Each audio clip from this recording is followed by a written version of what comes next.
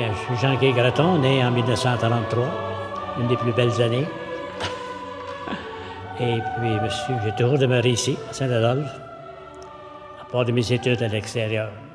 C'est cette année que l'Église va avoir 103 ans, et à l'époque, elle a coûté 6 000 $. Par un mécène, l'intérieur a été complètement rénové, de même que l'extérieur par la contribution des paroissiens et des paroissiennes. Les vitraux, vous avez le mot exa, là, ils ne sont pas ordinaires. Ce sont des vitraux par Guido Nincheri, un artiste renommé internationalement. Donc, à l'époque du curé Lebeau et des amis italiens, il a commencé vers 1945 à offrir à l'Église des vitraux, un par année environ, qui a duré peut-être 5-6 ans. Le curé de l'époque avait une certaine finesse parce qu'il essayait d'avoir quelqu'un qui pouvait, disons, offrir un vitrail. Alors, le curé donnait en compensation le Saint-Patron. Alors, vous voyez ici, là, celui de Saint-André, donc le député s'appelait André d'Ansereau. Les médaillons représentent, disons, certains saints et saintes. Et puis, comme je disais tantôt, ça faisait toujours un lien avec le Saint-Patron, comme Saint-Patrice, la collecte pour le vitrail venait des Irlandais qui demeuraient par ici. Et ainsi de suite pour les autres vitraux. Il y avait toujours un lien entre la demande pour le vitrail et la personne qui le donnait. Médard Bourgault, de Saint-Jean-Port-Joli, de famille illustre pour la sculpture. Mais Médard Bourgault, étant d'une famille assez nombreuse, n'avait pas le moyen financier de se spécialiser. Alors, il n'était jamais satisfait disons, le thorax de ses sculptures. Alors, un bon matin, il s'est découvert, disons, le corps, il s'est reproduit devant le miroir, il s'est reproduit, disons, sur sa sculpture. Alors, c'est comme ça qu'il était, par la suite, satisfait de son œuvre. Le coq de l'Église était au centenaire. Le fameux hissement du coq qui a eu lieu un dimanche par un beau ciel super bleu. Alors, celui qui est venu pour installer le coq était en sécurité avec 3 sortes de ceintures. Et il a monté sur les bras de la croix et a déposé avec un boulon pour pas que personne aille le voler, le coq, le fameux coq. Alors, aussitôt le coq installé, il y a eu une musique, disons, des klaxons des automobiles dans le bas.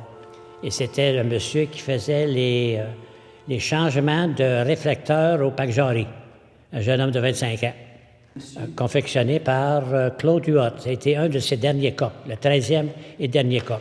Malheureusement, la journée du hissement du coq, eh bien, Claude Huot, disons, prenait l'air à l'extérieur pour, disons, traiter un peu le même cancer qu'avait le Terry Fox. Par la suite, il est disparu. Vous avez bien évidemment des toiles en arrière de P.V. Beaulieu, un artiste connu aussi, et puis une toile de Guido Nincheri, représentant des moines de Servite de Marie. Pourquoi des Servites de Marie? Parce que son fils était moine de cette compagnie-là. Alors, assigné en bas à droite, c'est une toile un peu, une autre richesse de l'Église.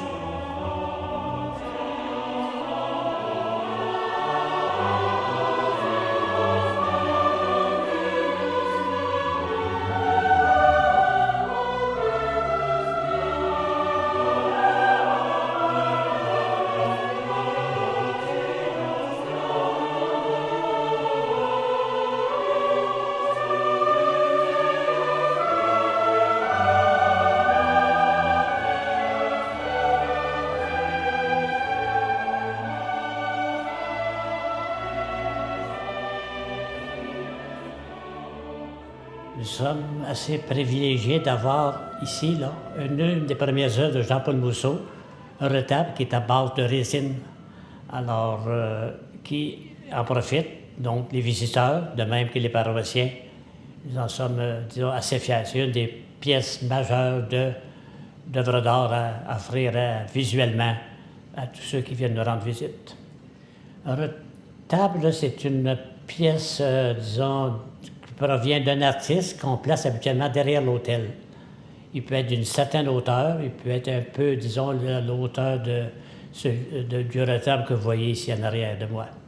L'autel en arrière de moi, ici, disons, provient de la période de la mission Saint-Joseph, qui était, disons, le nom officiel avant la paroisse de Saint-Adolphe. Alors, c'est par Julien Pépin, en 1837, qui a été rénové pour le 125e anniversaire de la paroisse.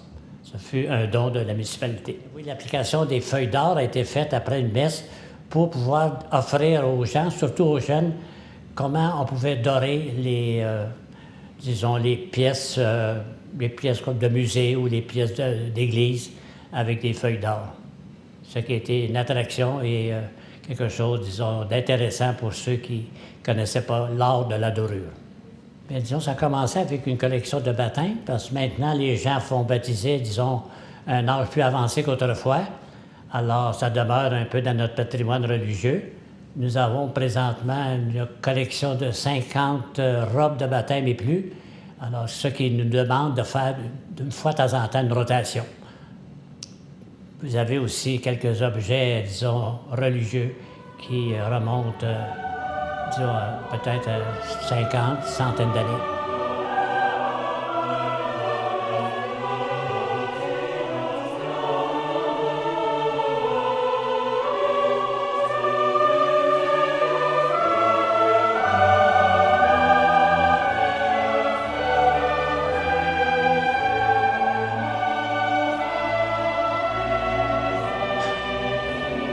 Disons, le souvenir d'enfance, ça remonte à ma première communion, que j'ai fait un peu l'abus d'aller boire de l'eau, ce qui n'était pas dans les normes officielles. Alors, la bonne religieuse a répondu au curé, s'il avait été malade, il aurait pu faire sa première communion. Donc, le curé a répondu, le petit graton a été malade, alors il peut faire sa première communion.